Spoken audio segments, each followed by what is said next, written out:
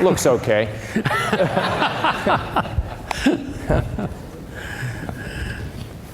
Good evening, everybody. Welcome to this evening's special program. It's part of our Director's Lecture Series and one of the commemorative events celebrating the 25th anniversary of the Baker Institute, which we are celebrating throughout this year, as many of you know. The first event we had was with Bob Zoellick on trade and international economic issues and NAFTA. Then we inaugurated our presidential elections program with David Axelrod and Karl Rove, people from both sides of the fence, and which was quite successful. So this evening, we're truly honored to continue the series by hosting the Honorable John Kasich. He has been a major figure in U.S. politics for over 30 years, serving as congressman from 1983 to 2001, and as governor of Ohio since 2011. In 2016, he ran for the Republican nomination for president, as some of you will remember. I didn't make it. Yeah. And we know that Where was Texas when I needed them? You know, come on. Well, we can help in that. And it was obviously a very tumultuous primary campaign. Though a staunch Republican, Governor Kasich has successfully reached across the aisle. I think this is one of his greatest characteristics throughout his career in Washington and in Columbus. Last year, he published a book, Two Paths, America Divided or United. The subject could not be more pertinent or urgent. So today, our national fabric sometimes seems to be fraying before our eyes. Partisanship, in my view, has become poisonous in our country, and political polarization has undermined the consensus building that is critical to effective government. Now, Governor Kasich has agreed to take questions from the audience at the end of our discussion, so please use these two microphones in the aisles and just line up, and we'll proceed at the latter part of the program with that. So welcome, Governor. It's a pleasure. Thank you. It's a real pleasure to have you here. I noticed that when you were a college freshman, correct me if I'm wrong, you won some sort of competition that allowed you to visit with the President of the United States at the time, and a visit in the Oval Office, and the President was Richard Nixon. And you put on a suit, you went to Washington, and you were supposed to have 5 minutes with the President, and you said, I didn't come all this way for 5 minutes, and you were there for 20 lousy minutes. And you were there for 20 minutes. Yeah, I didn't win anything. I went to a small little school in the Midwest.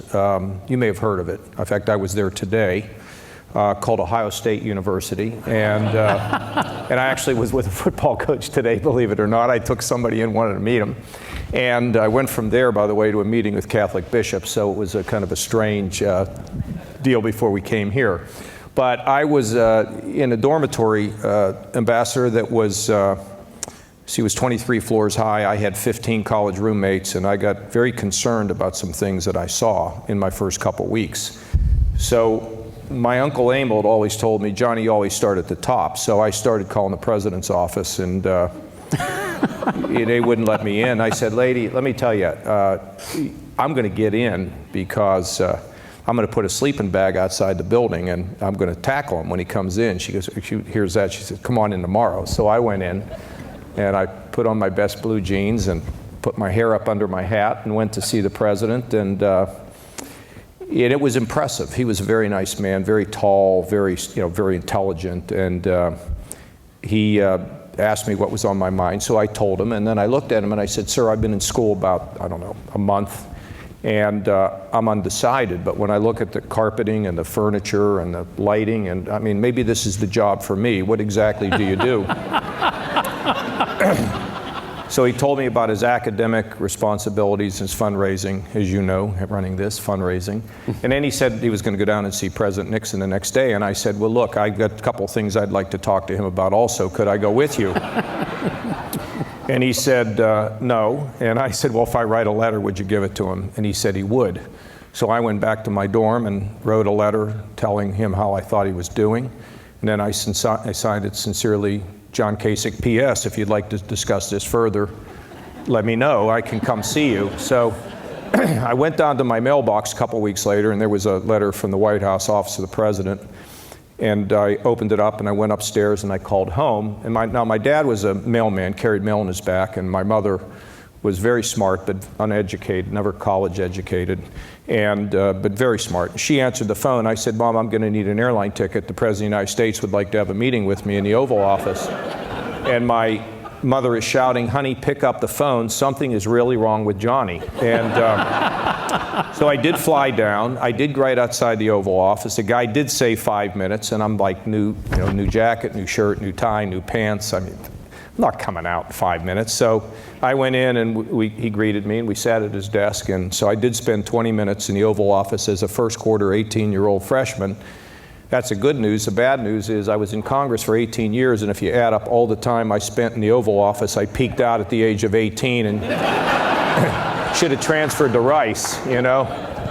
So it's just, I just don't think things like that, Ambassador, happen by accident. I feel very lucky and, unbelievably blessed that I've really had an opportunity to participate. And as I think of the time I was 30 years old when I went to Congress, and when I think about what's happened to me over the course of my life, I can see a significant evolution. And I'd just like to say one thing, because if I don't get this said tonight, I will regret not having said it. We talk about both sides of the aisle. We talk about bipartisanship. Those are kind of the most boring things. And we talk about Republican, Democrats, and all that. That's so off the mark, in my opinion. And I'm going to tell you why. We have two poles that exist in this country right now, the hard left and the hard right. I'm not interested in being able to change them now. Maybe you come back for them later. But I'll tell you what I'm interested in. I'm interested in people who seek the truth, because we're about to enter a post-truth environment. We can't even agree if we're in this building or not. I am looking for people who seek truth, people who are rational, and people who can be objective. You see, if I can establish that, then I can mediate anything else. But if we can't agree on the truth, if we can't be objective, if we're so caught up in absorbing only that we want to agree with, we go nowhere. And so for the young people that are here, and I know I've noticed this the other day, there are some young people who are rabid, right-wing, angry Republicans. Stop it. I'm not saying there aren't angry left-wing Democrats. Stop it. You're young, and now is the time to lead a new era in this country. A new movement in this country where we bring the people, not people to the middle, the middle yellow lines and dead skunks down the middle of a road, but I'm talking about rational, I just want you to hear this, rational and objective and searching for the truth. Because if we do not do that, our country will be set adrift, as it already is being somewhat adrift today. And then once that is done, I think it is then possible, remembering what the Lord has printed on our hearts, the virtues that our mothers and fathers and grandfathers and grandmothers have taught us about compassion, about justice, about forgiveness, about living a life a little bigger than yourself. We need to gather people. And I don't care if you're to the left or to the right or a Democrat, Republican, it doesn't matter to me. I just want to know that you're interested in seeking truth and being objective. And if you are, as the ambassador will tell you, the ambassador to Syria and Israel, when he had people that he could deal with, when they could agree on certain things, you can make progress. But when there's no agreement, it all shuts down. And that is the message that I feel so strongly about today, and it's really what keeps me really interested in continuing to travel. So I hope you'll reflect on that, okay? Very good.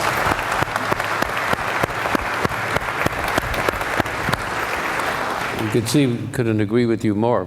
You know, one thing in diplomacy, the first thing is you have to listen to the other. That's the first step toward understanding. And we're losing that, as you've very precisely But we must stated. stand against it. You know, we have families now that can't get together for holidays, that can't invite members of the family to a wedding, a graduation. It's nonsense. What are we doing? Mm-hmm. This is not our country. This is like reading about some place down in South America or something. Not to malign them, but it's like watch everything I say today. Okay. Oh, you know what? I don't watch everything I say, but it doesn't look like our nation increasingly. But I'm extremely hopeful with the millennials, with the Gen Xers, and with all of us that see this problem. We'll fix it. We will fix this because we have to fix it. You address this in your book, right? America Divided or United? Well, a little bit. There I talk about one of the dangers is just absorbing that you agree with. You know, so if I'm a conservative, I read the Wall Street Journal editorial page, I watch Fox News, and if I'm a liberal, I watch MSNBC and read the New York Times. I mean, it's time to be dipping into other things and keeping your mind open, right, Ambassador? You can't just absorb that you agree with That's absolutely right. and shut everything else out. How are you supposed to learn? How are you supposed to grow? How are you supposed to communicate? And more important, how are you supposed to be interesting? You know? That's a good point, yes. You know, Ronald Reagan said once that I'd rather go down with 70 or 80% of my position and, you know, go off a cliff with the flag flying to try to get 100%. Yeah. And you know his relationship with Tip O'Neill. They would get together, they'd have a drink, they would find a compromise. Why is the word in politics, and you've lived politics your life, why has the word compromise become a dirty word? Well, because of the polar opposites and the ability of those who sit on the polls to use social media to try to undermine people, elected officials. So if you have to take a position on something, you have to worry about, if you're a Republican, you got to worry about being attacked from the right. So you got to keep moving right. And if you're a Democrat, you got to keep moving left. And so they're all worried about primaries and keeping their jobs. And real leadership is being able to tell people what you think, not just to take orders from people. It's to listen to them, but at the end, it's to make a decision. And if it's unpopular, so what? I mean, today you're popular, tomorrow you're unpopular. Today you're unpopular, tomorrow you're a hero. I mean, it's just, if you're calculating on the basis of polls, it doesn't work. So a lot of people are afraid to compromise. Nobody should compromise their principles, but if I can get most of what I want, why wouldn't I do that? But I have to also tell you that we're here to talk about politics, but these virtues that I mentioned earlier, which I believe are written on our hearts, but can be eroded with the pace of life today, with the pursuit of money. And look, I'm a hypocrite. I don't do these things, but I know that they're right. I mean, I know you're not supposed to move your golf ball, but I do. So, I mean, that doesn't mean, because I can't live up to the standards that I prescribe, doesn't mean that the standards are wrong. It means that I'm just weak. And I am, and we all are, everyone in this room. But when you think about our culture today, you ever heard of Wells Fargo? Did you ever hear of Hollywood? Did you ever hear about what's happening with politics and religion? How about sports?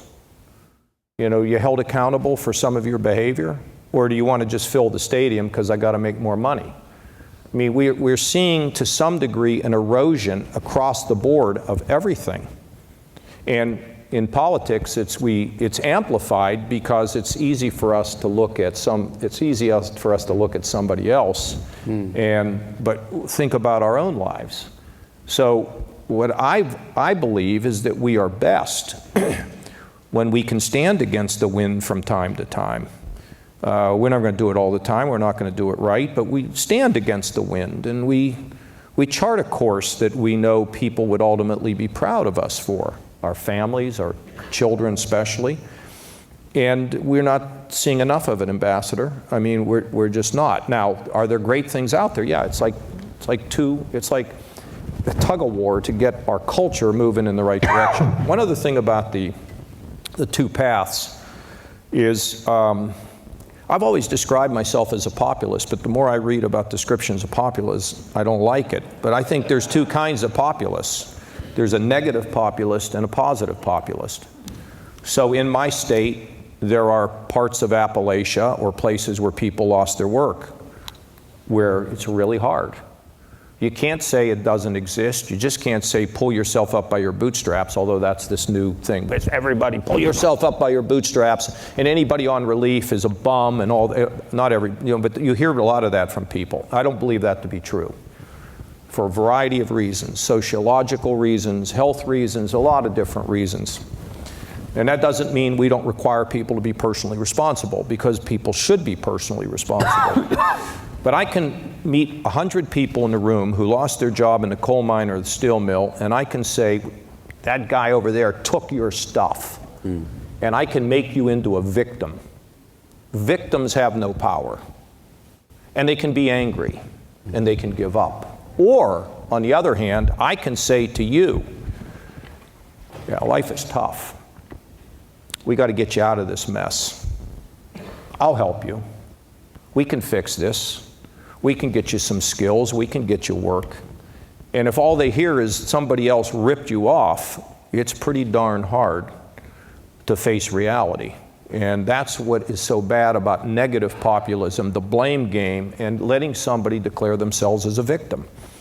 And we all have tough times, but victimhood is not where any of us want to live. You hear that, students? No victimhood. Okay? You've been governor on the campaign trail. You've been in touch with the American people a course of many years. What gives you hope? What really gives me the greatest amount of hope is, to be honest with you, what I said about our Creator. Now, if you're a humanist and you wake up every day trying to improve the world, I'm cool with that. And I'm not trying to shove anything down anybody's throat. But I happen to believe in the Scripture that's very clear about the fact that what the Lord wants, what He wants is written on our hearts. And it's not about who you're sleeping with or any of that stuff, okay? It's about compassion and forgiveness, about human potential.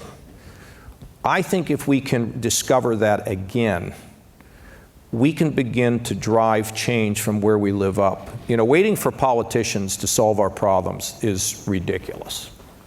We need to begin to come together as a community. And let's just take those places that have been devastated by unemployment. We're all in it together. If somebody loses their job, it's not like, well, it's there and I got mine. It's like, okay, what are we going to do about this? By the way, before I forget, I am just absolutely beside myself in reading about these people who were sold homes in a reservoir here in Houston, Texas. And in order to know you were living in a reservoir, from what I understand, and maybe I'm wrong about this, but from what I understand, you had to have a microscope to read the fine print about where you were buying your property. You get mad about politicians? How about that? Who was behind that? People. Okay, well, there's good and bad. It's all about, and we all fall. We all fail. We all fall short. Every one of us does. But my hope, Ambassador, is in the fact that we know we need to fix these things, and we know we can. And the greatest movements in my lifetime, civil rights movement, bottom up. Movement to end the Vietnam War, bottom up. Reasonable limits on the Second Amendment, bottom up. These are the movements that change our country. Wait for the politicians, and you might as well be waiting for Godot. For those that have never read about this, he's a guy that never shows up, okay? And I don't mean to overly sermonize, but I feel so strongly, and so I do feel so good because I see, and I'll give you a couple examples. I'll give you just two very quickly. I give out these medals, Courage Awards. I've done it for 8 years. And I think it was my buddy Arnold Schwarzenegger's, it was his idea. And by the way, Al Pacino told me never to drop names. But anyway. And I love him, by the way. Arnold's a great guy. And I come up with these Courage Awards. So this year I gave out 3, but let me tell you, well, 3 of them. One of them was a student who suffered some issue of mental illness and also eating disorders and all these things. And she started a group up at Kent State, and I gave her a medal. The second person I gave a medal to was 10 years old, and he, because of drugs in his family, he'd been in and out of homeless shelters at the age of 10. His grandmother took him in, and his grandmother said, I'm going to give you $300 for an Xbox. He wanted an Xbox all of his lifetime. I mean, when he was a kid, that's what he wanted. He said, Grandma, take the $300 and buy blankets for people who are homeless. Now, I mean, I gave him a medal. Then the other one was a lady, she's EMT. She's out at the concert in Las Vegas, and all the shooting happens. She puts her body in front of other people. She's wading through the blood and administering first aid and loading people into the ambulances. She got one. Here in Houston, do you know how excited we were in this country when we saw these people in these little rubber boats who were just plucking people out of trees and off roofs? You think there's not a human spirit that we can find each other? Of course there is. Of course there is. But we need to just think about it. And that's what gives you hope. Absolutely. I'm a happy man. And I'm almost, only got 9 more months and I'm done with politics. So, I mean, it's really great. It's something to celebrate. We'll get in. Or maybe. We'll get in. I hope my wife's not listening. Getting into politics, President Trump's agenda has 2 signature and controversial issues, immigration and trade. And do you think he's taking the right approach on each one of these issues? Well, I think the DACA kids should be permitted to be in this country. It should have happened in 5 minutes. I mean, I don't understand all this. And they've been forgotten. They've been forgotten by both parties. I mean, the Republicans have forgotten them, and Chuck Schumer cuts a deal on the budget, and they forget them. I mean, I was telling this friend of mine the other day. He goes, "Why do you care about this?" I said, "Okay, so your son's getting married, right?" He goes, "Yeah." I said, "Did you know that your son is marrying a Hispanic who was a dreamer who came when she was 6 years old? And when they have a kid, he's going to have to choose as to whether he's going to live in Mexico or in the United States?" So I never thought of it that way. Mm-hmm. Kid never did anything wrong. The girl never did anything wrong. She'd be shipped out, deported. It's unbelievable. I believe in immigration. Ronald Reagan believed in immigration. See, I have not left the Republican Party or moved away from it. It's moved away from me. Free trade, immigration. Now we got to protect the border, and nobody says that we shouldn't protect the border. Of course we need to know who's coming in. Any country that can't protect its border is not a strong country. But to say that we shouldn't welcome immigrants, in a legal way, is, I think, foolhardy. And I was on the stage during all the debates, and they said, well, we're going to ship 16 million people out of the country who came here illegally. I said, okay, if they have not committed a crime, they're a part of our society, we're going to ship them out. I guess we're going to have school buses and round them up and put them on the school bus and drive to the border and shout, "Get out." It's not going to happen. And by the way, in 1986, Reagan was the leader, along with the Republican and Democrats, to say, that we were going to have amnesty for people who were here. Now, I don't like that word, and I think there has to be a penalty with somebody that breaks the law. You're here, I don't think you should be a citizen, but you should be able to be here.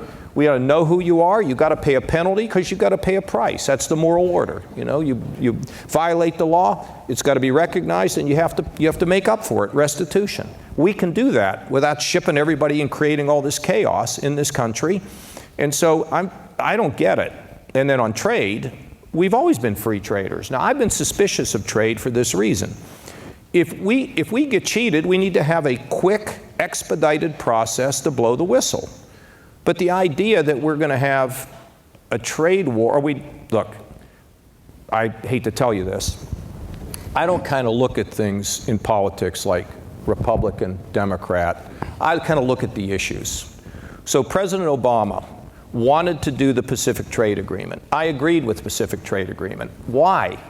Because all these little countries in Asia want us to be there, and we need to strengthen them. And not only would it be good economically, it would be good geopolitically, because we create a vacuum, and guess who moves in? China. And what's China's values? Forget it.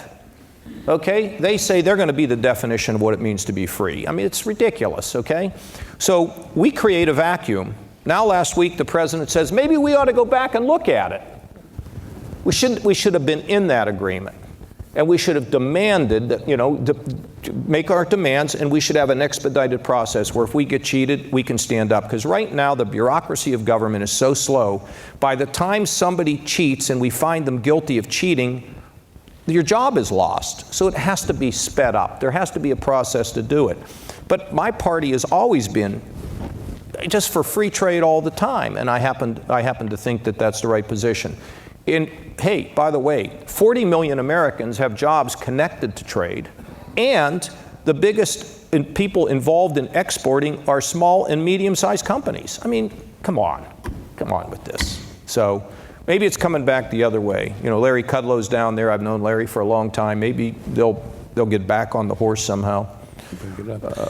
You've been an advocate, a very strong advocate, that America must take a leadership role in international affairs. There's a perception, whether it's right or wrong, to get your opinion, that America may be in retreat now internationally. What is your take on that? Well, I will say to you that this whole business of the chemical weapons that the Russians used has done so much to unite the West.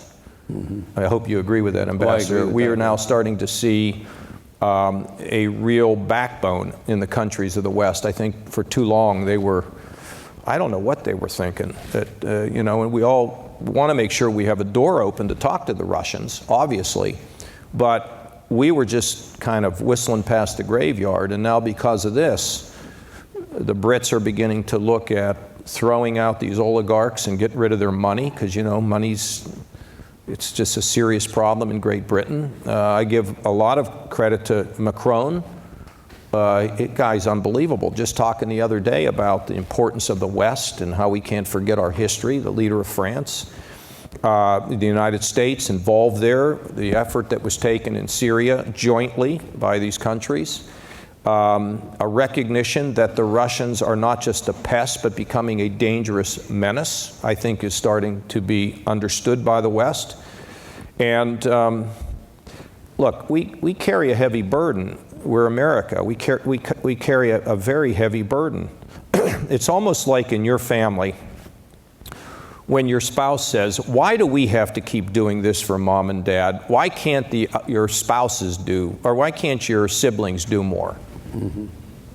And you can either carp about it or you can say, because we have more and we're going to do more. That's just the way it is. And I think, look, there's no substitute for America. I went to Munich last year with John McCain, who, by the way, he is an iconic American hero. He is a great, great man. And I went over there, and all these people gripe about America all the time. America this and America that. I'm over there, and they're like, it's like when you used to gripe about your father, and then you realize how much you need him. And all that griping was just not that serious. They love us, and they need us, and they need us to be strong and involved and integrated. So we'll see where this goes. Because of that Russian chemical attack, unwittingly may have united the West like we hadn't been seeing. Mm-hmm. What do you think? No, I agree with that. I mean, I don't think any use of chemical weapons should be left without a response. It's a crime against humanity. And for especially for the United States, not to take a leading role on that. I'm even talking about the poisoning in London. I mean, that got us going right away. I mean, it's very interesting. I mean, now we have a big problem, as you know, with what is amazing to me, and a little bit about our institutions and the beauty of America. Austria, Poland, Hungary, they're playing with people who are going to be, rulers that shut down democracy, shutting down autocrats, right. And Poland as well. And I think, after what happened remember that Catholic priest that was stuffed in the trunk of that car, Father Popolewski, I think was his name, you would know, or Lech Walesa, mm-hmm. Or the Pope, or Ronald Reagan, they free Poland, right? I mean, all the terrible things they had to go through. Or even Václav Havel, sat in prison, a poet, leader, inspirational. And now they're playing with autocrats. And one of my friends said to me, you know, the institutions of America are so strong that we can resist anything like that. But these institutions have not been in Poland or Hungary or Austria long enough to repel the efforts of autocrats. Thank God, as what's his name, Lee Greenwood once sung, thank God we were born in America. What a great country we have, and we have to fight for it, right? We have to fight for it. I take it you advocate a strategic dialogue between the United States and our major adversaries, like Russia, like China. It's interesting. Trump sent Pompeo to Pyongyang to meet with Kim Jong-un, and there's an adversarial relationship, yet this administration, which is very hard to predict because there's such internal contradictions in the policy, but they're engaging in a major dialogue with one of the most serious issues in the world. What's your take on, if you were President of the United States, would you be really motivating and leading your administration into fundamental strategic dialogue with our adversaries, including Iran? Well, the Iran nuclear agreement, let's talk about that for a second. It was poorly negotiated. I kind of think about the way John Kerry did this the same way when you know you want to buy a new car. You go out and you see this car, you wanted this car, you want this car, and then you went ahead and negotiated and you drove home and thought, what did I do? I was so absolutely adamant about buying this car, I got a bad deal. And I think this was about them trying in so much of a hurry and so hungry to get a deal because it doesn't offer the kind of full inspections that we need. There are a variety of problems with it. Could it have been extended in terms of when they could start to enrich again? I think so. But when I look at it and I say, so far, there's been no violation of it, as far as we know. That's where I think we made a mistake. When there's been no violation, the countries of the West, outside of the United States, doesn't want us to withdraw from that agreement. So I look at it and I say, okay, the president is pushing now to get a bigger agreement on the use of these ballistic missiles, which is good, positive. Maybe the Europeans will come along. There might be a couple other things they're talking about that can be done, and that's good. But just to walk away from the agreement, what will that do for us? It will isolate us further from the rest of the Western world because they're not going along with us. I don't know what it does inside of Iran. I just don't think that that makes any sense. However, I mean, as you are, Ambassador, we're very concerned about the spread of Iranian influence throughout the Middle East, particularly with Hezbollah in Lebanon, and we see them being used in Syria now. It's a really, really dangerous time. Now, when you look a lot at Iran, I was talking to somebody the other day, apparently there still are massive protests going on across that country right now. And I think we need to be encouraging those protests, encouraging them. But I think to withdraw from that agreement, at this point, I don't think makes sense. I agree. In terms of Russia, keep the door open, but sanctions, sanctions, sanctions. And I happen to agree with that. And a unified West. China bothers me a great deal. You know, this thing called the Belt and Road, where they want to just go everywhere in the world now and extend their influence. And if we're not around, they could be successful. You know, money can buy you love. I think the Beatles might have been right in some way, but they're wrong in others. I think that the Chinese are gaining influence. Is a trade war the way to go? No, I'd prefer to have the West, which is having its secrets stolen, joined together. There's ways to deal with this. You can't let them just steal our secrets, and you can't let them cheat us on trade. But what is the remedy? So you have to be careful on the remedy. As you know, you've been an ambassador, you've negotiated, it's difficult.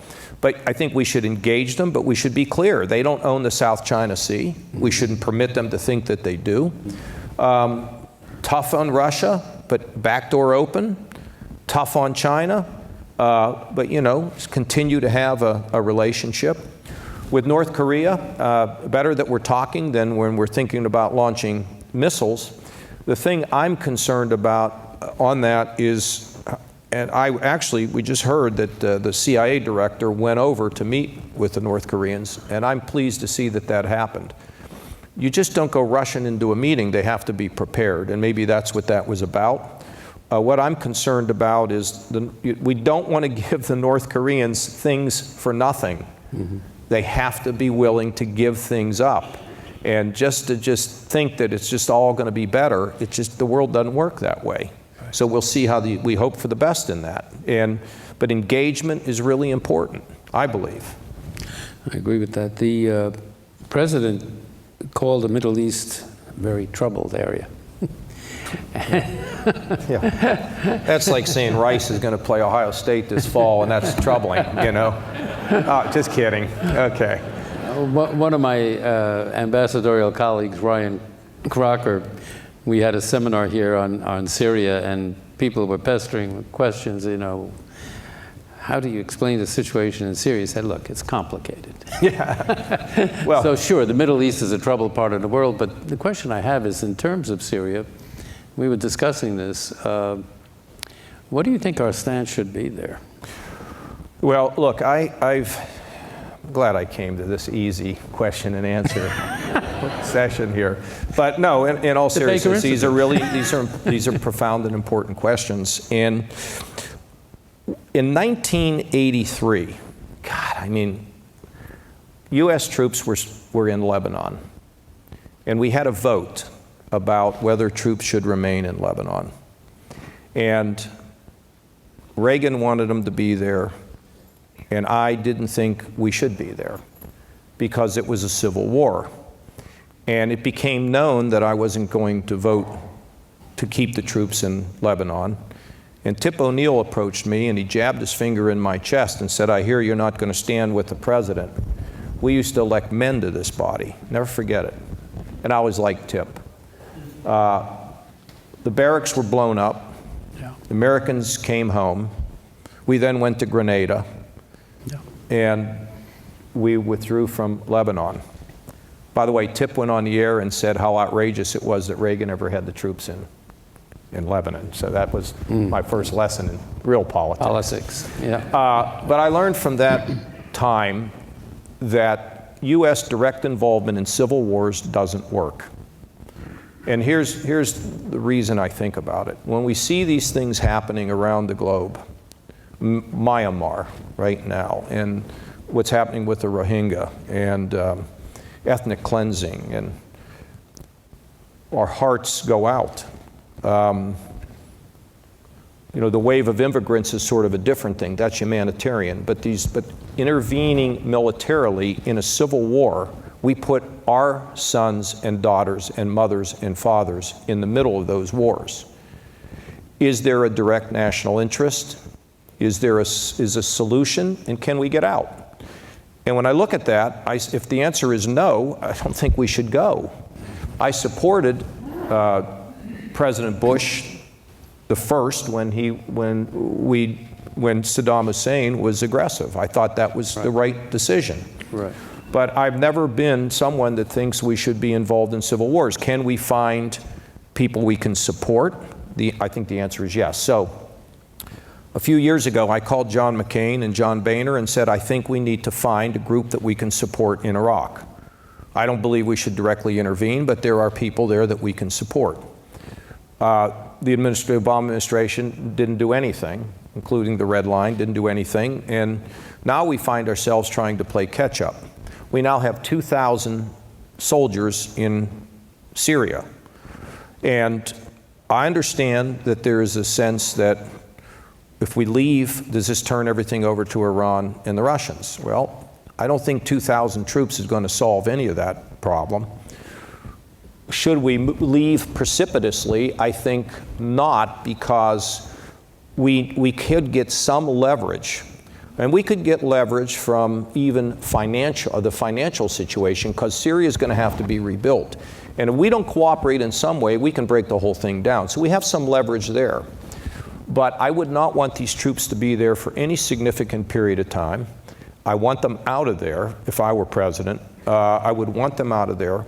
But in the course of getting out, it may give us additional leverage so that we have some say about the long-term reconstruction. of Syria. Iranian influence is extremely troubling in the Middle East, but we're now beginning to see Sunni and Shia separate themselves.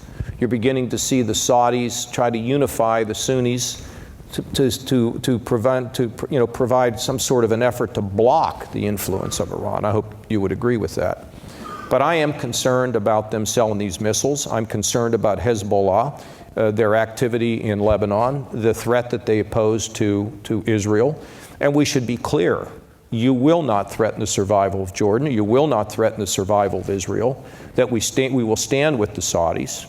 And we should call on more of the Arabs there to be able to be a bulwark against Iranian expansion.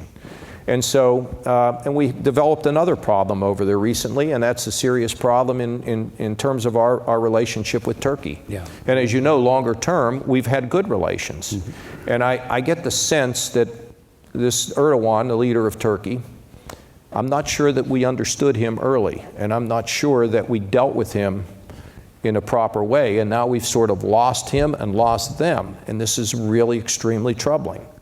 Now there's a rapprochement between Turkey and Israel right now, and I think that's a good thing that we should encourage. So when somebody says it's a mess, oh, and then we have a war in Yemen, which the Saudis are involved with. Appears the Iranians may be shipping some missiles to the Houthis in Yemen. I mean, this is really troubling. But you know, we know who we have to stand strong for. Egypt the same way. We stand strong for them, and if we do that, that's a policy that I think, frankly, can work. That's, I guess, what I would say, but I would not involve us for any period of time in that civil war. I also, frankly, believe we need to get out of Afghanistan. It's 17 years, and my view there is that we should be able to have and negotiate a way out of that. That's one area where we probably agree, by the way, with Iran. And if there's some places where we can actually talk to them, even if it's backdoor, that's good. I'd rather be talking than not talking. But in terms of Afghanistan, I'm not there for nation building. I don't think that makes a lot of sense. But I would reserve the right, the United States should reserve the right, if we begin to see these dangerous bases cropping up again, that we will take them out. Mm-hmm. But we don't have to have all these people on the ground, in my judgment. I think it's a drain on us. Now that doesn't, I don't want to think it sounds like I'm some sort of a dove, because if the Russians were to threaten the Baltics, that's a whole nother ballgame. But I think we have to be careful about this. Could give you an easy question now. God, that was, and I'm just a governor. All I'm caring about is welfare and Medicaid and balancing my budget. What are we doing here, huh? Governor, what's the future of the Republican Party? Well,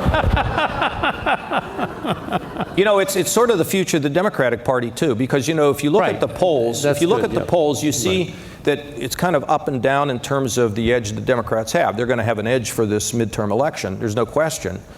But the question is there going to be a big wave? Now, the Democratic Party, in my opinion, I have no clue what they stand for. I mean, Bernie Sanders, I mean, I used to work with Bernie. You got to be kidding me. You can't tell me what they're for. They want to win this election by thinking that the opposition is going to bounce the ball off their foot out of bounds. You can't win elections without a program. They have no program. So I think their victories will be, at this point, somewhat limited, although the energy and enthusiasm are with the Democrats. The Republican Party, they don't get any votes from minorities. They're not getting any votes from the young. They're losing votes of suburban women. Okay, where are they going? You know, where are they going? Now let's talk about millennials and Gen Xers. My daughters, by the way, are 18, and I know I look awfully young to have those daughters graduating. But they don't care about Democrats or Republicans. They're up for grabs, because the parties right now are not speaking to the things that they care a lot about. And so the parties are going to have to change, or I think we will see. You know, if you're in Houston and you have a red department store and a blue department store, and you go shopping, ma'am, you go shopping, and they don't have what you want, not the red store or the blue store, what do you think happens? Amazon, she says. Okay. God, she didn't say Facebook. No, I mean, what happens is you get the third store, the fourth store, the fifth store. And I think in our country I think the rise of third parties, maybe not tomorrow, but over time, I think will happen. People will just say, young people will say they've had enough. I've got great hope for our young people. Did you see those young people down there in Parkland? Did you see the way they present? I mean, unbelievable. And then we have grown-ups who are attacking them. Right. They must have rocks in their heads to be attacking those young people. They're the best we got. That's true. They're the future. That's true. I guess I got to remember I'm in Texas. This is all probably a lot of heresy. That's okay. No, it's not heresy. Okay. So they got to get their act together. You have had phenomenal success as governor in budget discipline. And what is your take? We've had the tax cut passed, but what's your take on the national Well, we're going to debt? have a 23 trillion. I'm writing a op-ed. In fact, it's going to be in the Houston Chronicle with Alan Greenspan. Was it there?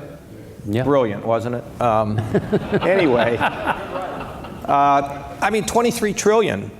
That's where we're headed up in 10 years, another 10 trillion. It'll destroy our economy. And we have to deal with it, and we can.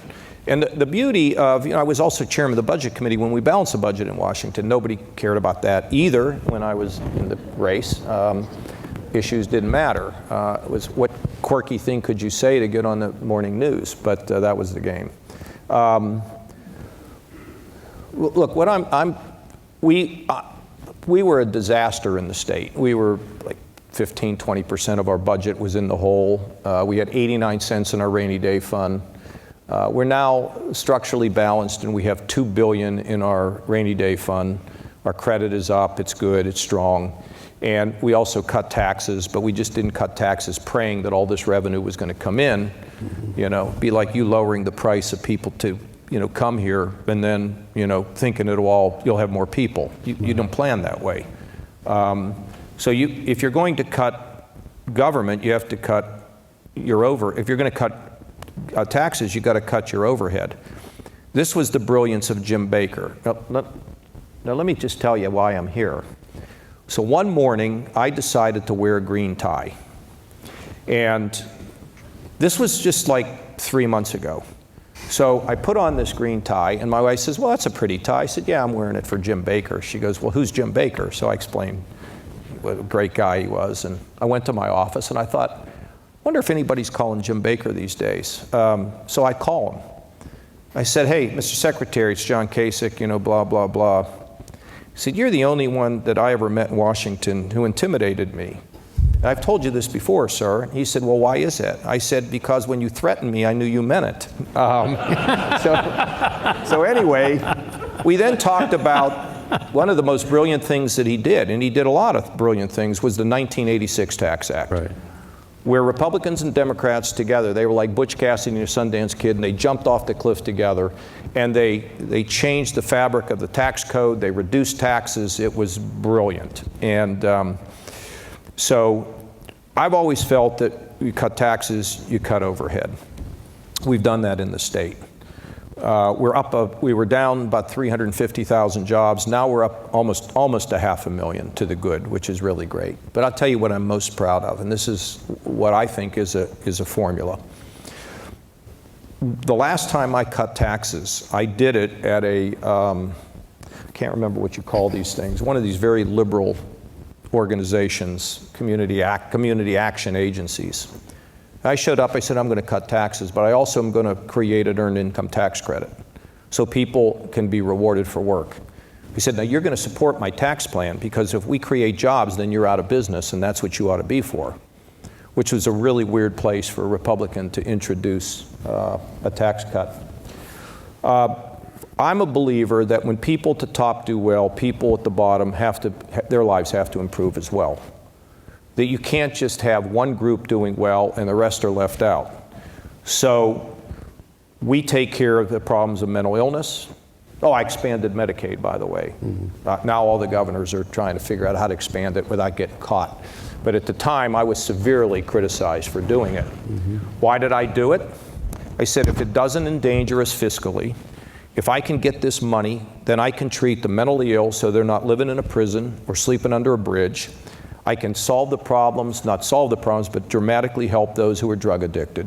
And I can help people who don't have health insurance to have it, because if you're sick and you don't have, if you're sick, how are you going to work? So we did that.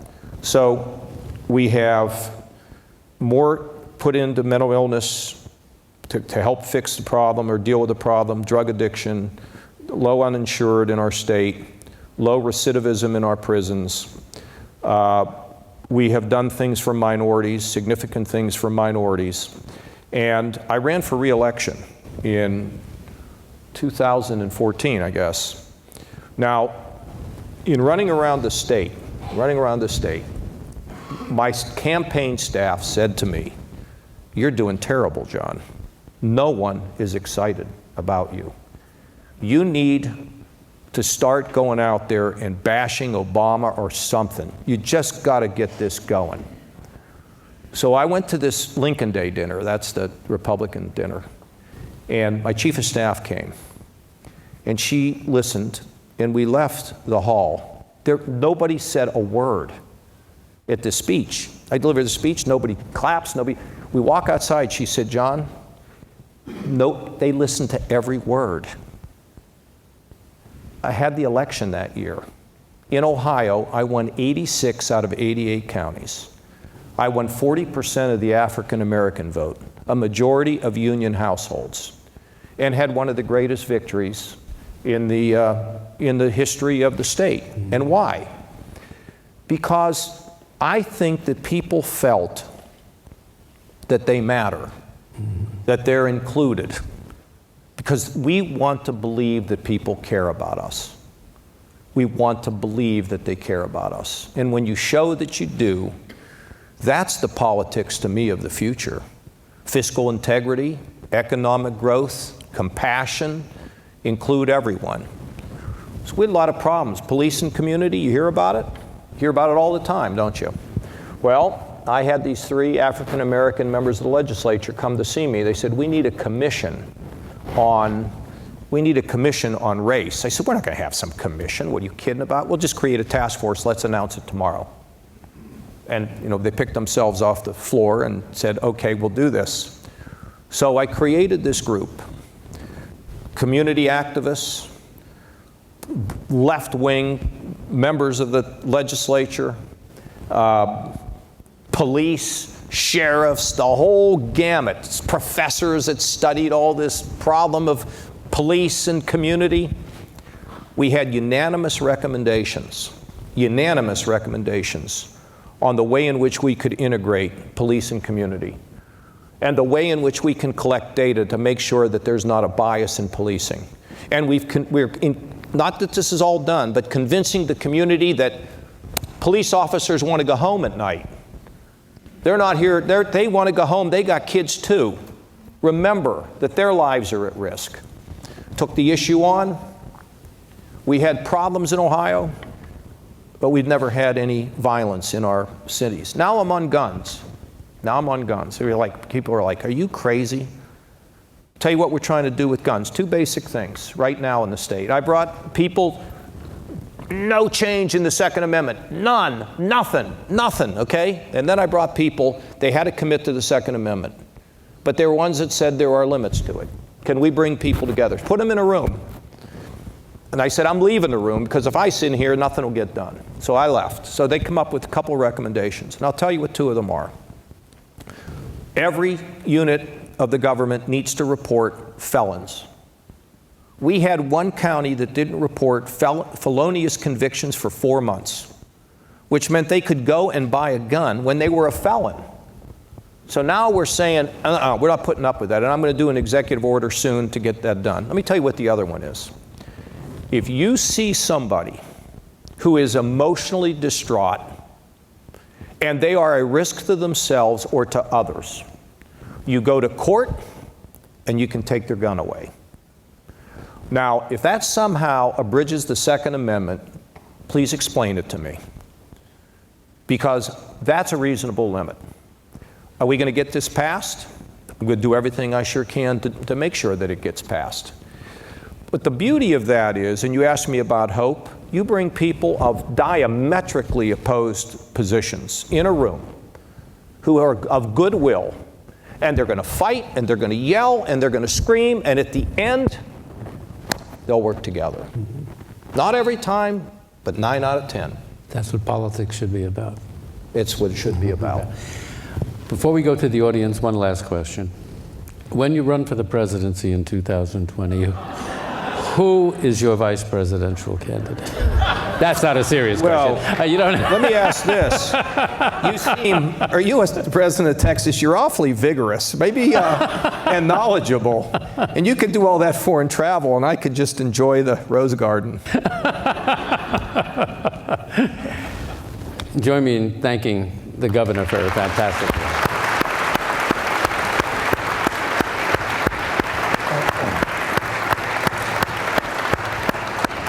Okay, we're going to start the questioning on the left here. Gentlemen, please, your name and... Thank you, Ambassador. My name is Jay Wall. Thank you very much, Governor. You touched on some of the results of the forward thinking in Ohio as it relates to criminal justice reform. Would you speak to some of the many things that Ohio has done leading the nation? Texas would claim that, but that Ohio has done leading the nation as it relates to reducing recidivism, et cetera, et cetera. Well, it's really interesting because something has just come up that we're working on. But when I was first elected, I called, who's the guy? Bill Bratton, probably the most brilliant police chief. Was in New York, he was in Boston, he was in LA, dealt with the gangs, he went back to New York. And I said, who's the best person on corrections? And he said, there is none. And I think I have the best in the country, a guy by the name of Gary Moore. And what he tries to do is to give everybody a chance to improve. Now, if you're a gangbanger and you're a troublemaker, it's over.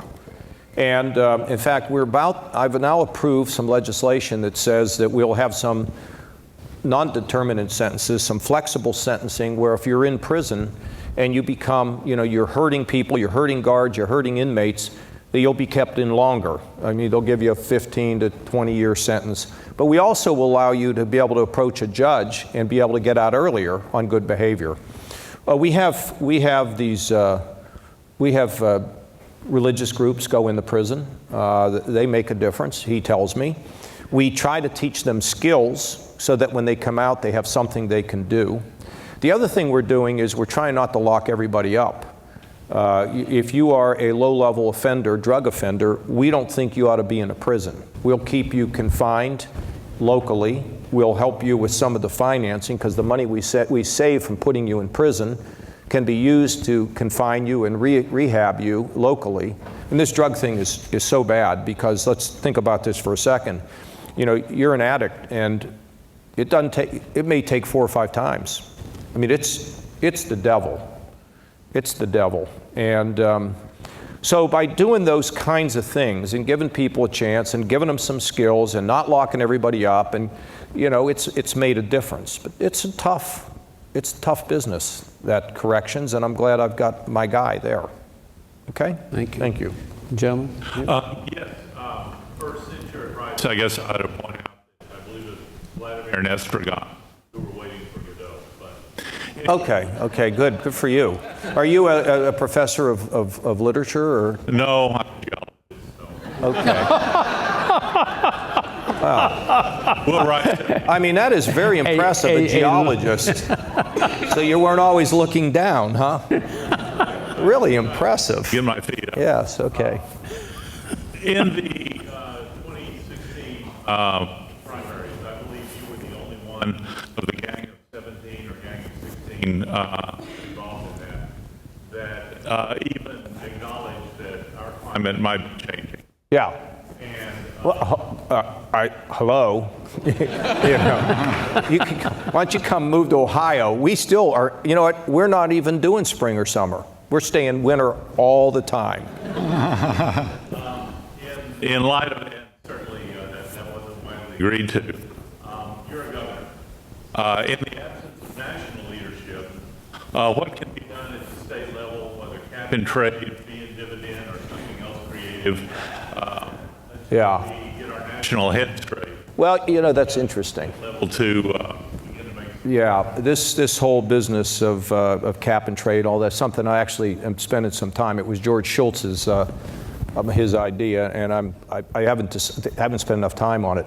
But one of the things we have done is we've got some really great things happening because we have shale, and we have the Utica and the Marcellus. So we are now beginning to see the real power of shale gas, the gas-fired plants are really amazing. I mean, they can produce the kind of megawattage that you can get out of a nuclear plant or a coal plant. So that's a really good thing that's happening. The other thing is, I believe in renewables, and I believe in a renewable standard. In fact, I had to veto the legislature who was saying we should make the renewable standards voluntary and not mandatory. And so far, my veto has held up, and you never know. But I do believe in the development of these renewables, of solar and wind, geothermal, and all that. So we can do that. And but I think there's another thing that this is again back to all of you. And I think you don't think your voice matters, but it does. You need to be heard on this issue. Now, I don't think we want extreme measures here. There are things that we can do, and there are legitimate concerns about the Paris Accord, but I don't think we should have withdrawn from that either. It was voluntary. Is it unfair to a degree? Yes, but it didn't put us in some sort of a straitjacket. But I think that we have to not worship our environment, but be concerned about it. I'm concerned about Lake Erie. It's really got problems because of algae blooms, And so we work on that. And how does agriculture fit in with environmental protection? And so we're trying to do all of those things. And that's kind of the way we approach it in Ohio. I'm proud of the fact that we pay attention to this, that we're concerned about it. Well, Secretary Baker and other prominent Republicans support B and dividend. Yeah, I'm looking at it. I don't want to tell you I'm for it if I have to really think about how it works. I know it's a dividend. You tax emissions, and then you give a dividend to all the people. I just got to see what it is. What I worry about is they tax people and then they spend it. That's what politicians do. Gentleman here. Yeah, I'm Jimmy Dunn. You asked what the Democrats stand for. I believe they stand for Medicare for all, right? Well, maybe. I don't know what that means, but that's fine. We're bringing Medicare down to cover everybody. You mean cover like a 25-year-old? Medicare's already going broke. I don't think that's the answer. I think the answer, by the way, I think the answer on health care is real simple. It's not real simple. It's very complicated to get there. But my view is, and we're starting a program in Ohio where we pay primary care doctors for keeping us healthy rather than treating us when we're sick. And I believe that companies need to start demanding that insurance companies and healthcare providers get to the point where we're more efficient and we're also the customer satisfied. So in other words, if you are able to create a system like that and the primary care doctor gets rewarded for the way they treat me, instead of my going to the hospital and getting 17 tests when I might only need 3, the doctor has some skin in the game. But that doesn't mean I should be unhappy. So in other words, it's lower prices at, frankly, with great healthcare outcomes. And we actually do this now at the Cleveland Clinic, which is a great hospital, great place. Great. It's not a hospital, it's a great operation, where their employees can get all that they need, but there's expectations for them. And I think that's part of what we need to do. On Medicare, and this is what I didn't say when you asked the question, I believe that it is fundamentally possible to reform the entitlements without having to punish people. I believe that it is possible in the 21st century to develop creative ideas. For example, my Medicaid budget was growing at 8%, now it grows at less than 2%, and we didn't throw anybody off. All we did was to say, Mom and Dad, if you don't want to be in a nursing home and you can stay at home, we're going to let you do that. We're going to pay our bills on time and accurately by turning on computers. We've done that. We've forced the insurance companies to compete more aggressively in larger areas. All of these things together have come to lowering the cost of Medicaid without having to, and put almost everybody into managed care. These are the things that will work for us and the things we need to think about. My question is, I want to commend you for taking the Medicaid expansion. Most Republican states have not taken it. and the Democrat states have all taken it. So what's with the Republicans on that? And would you explain to this audience the advantage of taking that? Because our governor will not take it.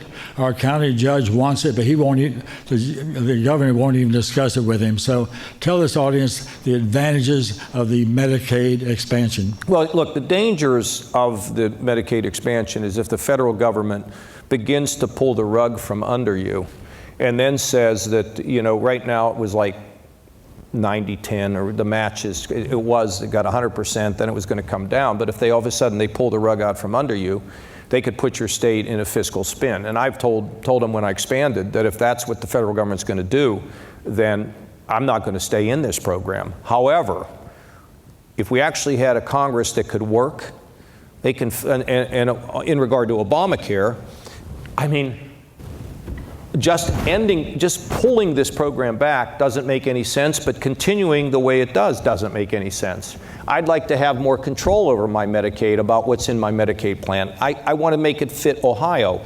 I would like to be in a position, you know, with the essential health benefits. Okay, if we allowed more flexibility on the essential health benefits in the Obamacare plan, the cost of it would come down, more people would go in. But they're all locked up down there in Washington. It's ridiculous.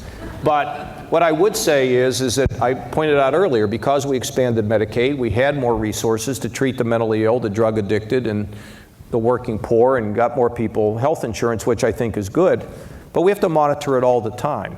And it's just really helped our state. I just heard today, we had a meeting with these Catholic bishops, over 600,000, we have 11.5 million people, over 600,000 people who have been helped in my state because of expansion of Medicaid.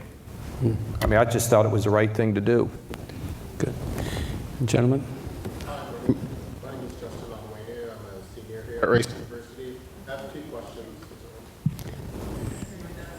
So two questions. I guess the first on the theme of you asking the president for 20 minutes at this time. I don't know how long you're going to be in Houston, but I'd love to pick your brain. Good, yeah. Okay. Good try. Good try. I'd go see the governor. Let me ask you this. Have you seen Jim Baker? Have you had 20 minutes with Jim Baker? There's the guy you want to see. And he can set it for you. I'm serious. Jim Baker is unbelievable. Second question. So there was a recent study that came out that said about half of American jobs are at risk for being replaced or being displaced by automation. Right. I'm wondering, I know Democrats and Republicans talk about retraining, talk about universal basic income, just a wide spectrum of ideas. Do you have ideas in terms of how we address the threat of mass unemployment due to automation? What is your major? That's a very good question. What's your major? What is it? International development policy. Oh, good for you. And you're what year? How about a round of applause for this young man? Huh? I think there's two giant issues that face our country. One is this issue of virtue, because if all of a sudden you're a politician or you're whatever and you've got to vote on something, you start thinking about these virtues. They're a roadmap for how you should behave. That's kind of the way I feel about this. The second issue, and the greatest threat to us, I believe, and the chance to divide us further, is the issue of the digital revolution. Because you are right.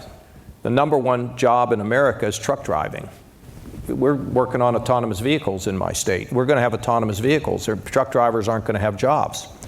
But I also read an article today that said that over in Central Europe, because they actually don't have population growth, which is what's pretty bizarre about them not wanting immigration. And by the way, if you don't like the immigrants here, send them to Ohio. We want all of them, okay? Because our population's not growing fast enough. They've used robots. But what they found is that the workers were still necessary because of the special things you have to do, which a robot can't do, and that it's interesting, gives me hope. However, there's going to be great disruption. So what do we do about this? Look, the whole education system, K through 12, the community K through 12, you think they're training people for resilience? Are they training our young kids for potentially jobs of the future? Are we getting students, young students, out of the classroom into businesses? Are the business people being invited into the schools to talk about what the curriculum ought to look like in the 21st century? I don't know if it's happening here. It's happening to some degree in my state, but not enough. My daughter, one of my daughters works at Pink. She's never really cared for math. She went over there and she started learning about statistics. She's a different kid when it comes to math. Now, she understands the relevance of it. So we need to get kids out, and we need to make sure that our curriculum is a reflection of what's coming, and that they can learn to be resilient.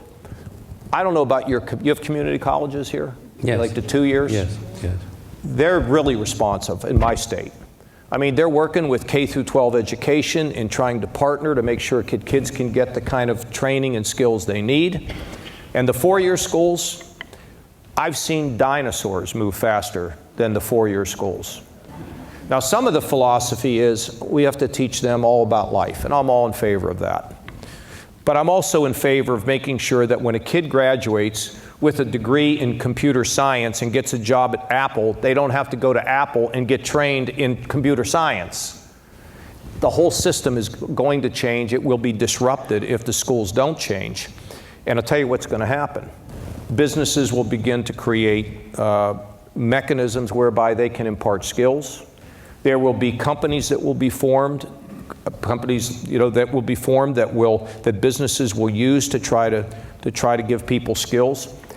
The problems that we have that come from technology can be solved largely by using technology, but we got to get ahead of this. And I think of this like a tsunami that's coming at us, a tsunami of job loss. Part of the reason why Donald Trump was elected, and part of the reason why people have been so angry, is they lost their jobs. They didn't know where to go. And they felt desperate and hopeless and angry and victims and all that stuff. If we don't get ahead of this, we're going to see this in spades. So the answer to this ultimately is lifelong education. Companies need to know what they're going to need. Job training must be a part of work. You can't just work at a company and a company you got to start training you for what's coming, and lifelong education in different and unique ways. That is the answer to this problem. And are we dealing with it now? Well, you tell me. I don't think very effectively in enough places. So what's the answer to that? You got two really extinguished guys sitting in the front row with neckties. I don't know who they are, these two guys. They look like they're rich and powerful. And no, you know what the question is? Okay, you're retired, you're not retired from life, so what you ought to be doing is go into the school district where you live, go see the superintendent and say, we've got to make this curriculum more relevant. We've got to make sure that this is our children we're talking about. You got to say, look, let me advise you on the kind of training, the kind of curriculum, the kind of programs that you have here. We got to get our kids out into internships. We got to get businesses that are going to be more involved.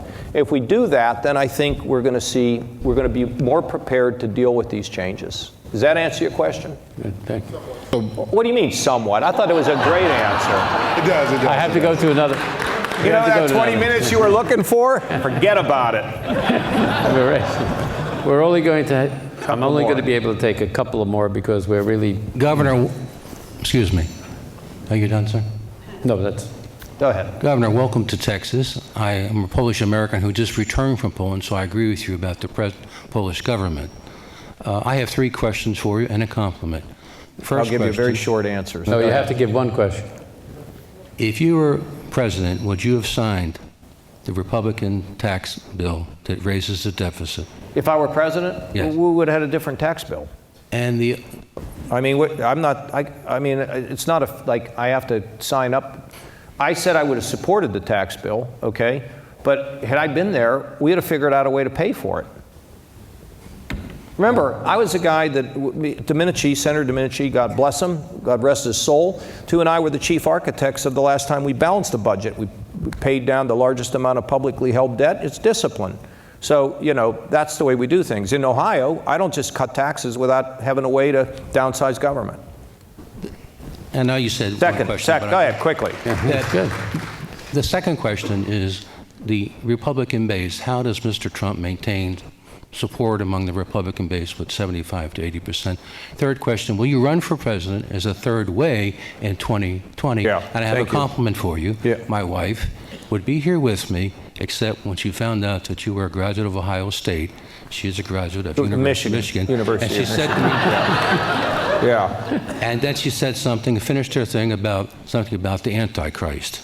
yeah, yeah. I got you. Tell her I give her my best, and tell her that I'm really hoping the University of Michigan is going to start playing football again. I hear they suspended the program, so I have no idea what I'm going to do, folks. I don't. I like to keep my voice out here in the country, and I think there's a unique opportunity through social media and regular media to be able to do that. I just don't know what honest to goodness, I don't know what I'm going to do. We have to see I can't predict it. And he had another thing that he brought up. I can't remember. Oh, the base. We're tribal. We're tribal now. And, but I also think that's where you're today. I don't know where you're going to be tomorrow. Just don't be over here on these two extremes. I don't know what else. Last question. Cool. Go ahead. Come on, real quick, and I'll try to answer real quick. Yeah, so going off that last question, you're talking about tribalism. You were elected in 2010, the same year that we did a census. So you were able to sign maps into law in Ohio. You had veto power over them, but you signed maps into law that created 12 Republican districts and 4 Democratic districts. As a Democrat, I kind of take offense to that, but I understand the politics around it. But when you're talking about tribalism and balancing, gerrymandering does more to polarize this country than almost anything else. Good point. There's always going to be people like Sean Hannity, but like people like you who are good, who try to do what's right. Why did you sign that map into law? Okay, now let me just tell you this. I've never really been interested in the whole redistricting deal, okay? But in 2000, I don't know if it was 2010, I did sign the map, okay? If you read in my book, Two Paths, which I highly commend to you, it's a beautiful, brilliant book, okay? In that book, I talk about this problem. And at times, like we all evolve, we all change, we all see things. I agree with you. I think that gerrymandering has become one of the most insidious and bad things with our system. So, I signed 2 amicus briefs, one in Maryland and one in Wisconsin, to the Supreme Court, asking for them to throw out these maps. And then the second thing that happened is I told my legislature that I was going, in my budget, to put a plan in there to change the way in which we draw congressional districts. Now, they did improve a plan to draw legislative districts that was far more fair after what happened in 2000, whenever that was. It's a different situation.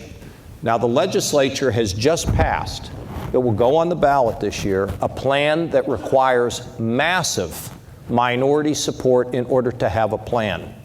You need to study this. If you care about this is one of the most massive changes in the way in which we're going to draw districts.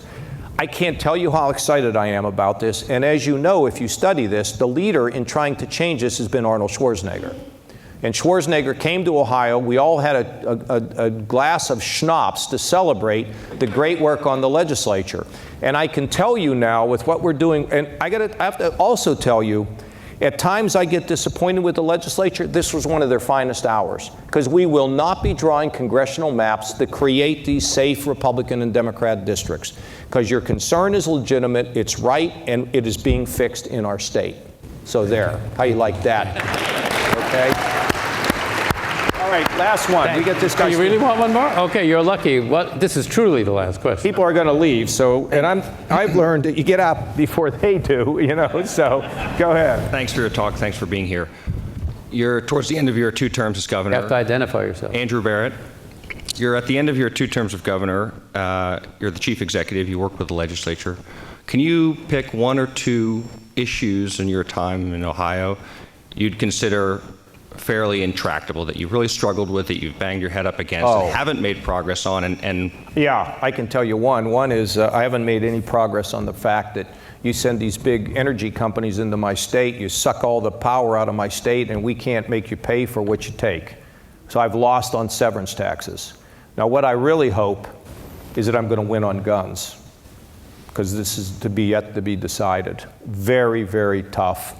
Yeah, I'm sure there's a lot. What else drives me crazy?